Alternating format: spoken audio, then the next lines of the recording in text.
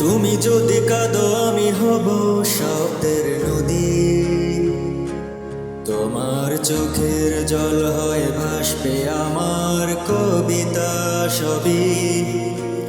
হৃদয়ের গভীরে জমে থাকা ভক্ত সব ভাষার ব্যথা আমি লিখে যাব চুপি চুপি শুধু তোমারই নাম ধরে। তুমি ছিলে এক কবিতার কারাগার, যেখানে শব্দরা পায় মুক্তির অধিকার। তুমি ছিলে